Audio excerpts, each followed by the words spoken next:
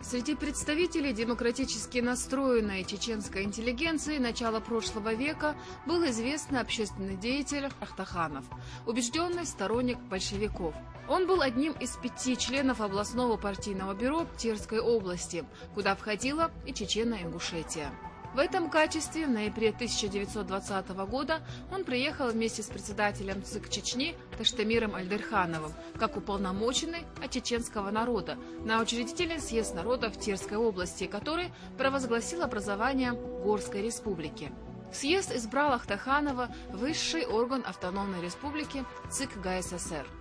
Через 3 года, когда Чечня отделилась от Горской ССР как самостоятельная автономная область, его вновь избрали в Революционный совет Чеченской АО. Тогда же в Москве при ВЦИК СССР было организовано представительство Чеченской автономной области.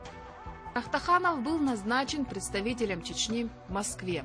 На этой должности он проработал 5 лет. По возвращении в Грозно Ахтаханов руководил Грозненской биржей труда. Затем, после ликвидации биржи в середине 1929 года, стал председателем Чеченской областной деткомиссии. Как профессиональный революционер Ахтаханов остро реагировал на начинавшиеся в те годы репрессивные кампании сталинского режима.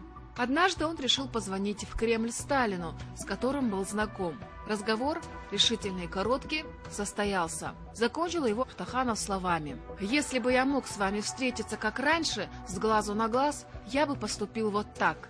И 7 раз выстрелил из пистолета в телефонную трубку. Друзья старались спасти Ахтаханова и сделали для этого все, что можно было тогда предпринять. Осман был признан местными врачами сумасшедшим. Но Москва не поверила, и Ахтаханова вывезли, как говорится, на лечение в столицу. Через несколько дней его не стало.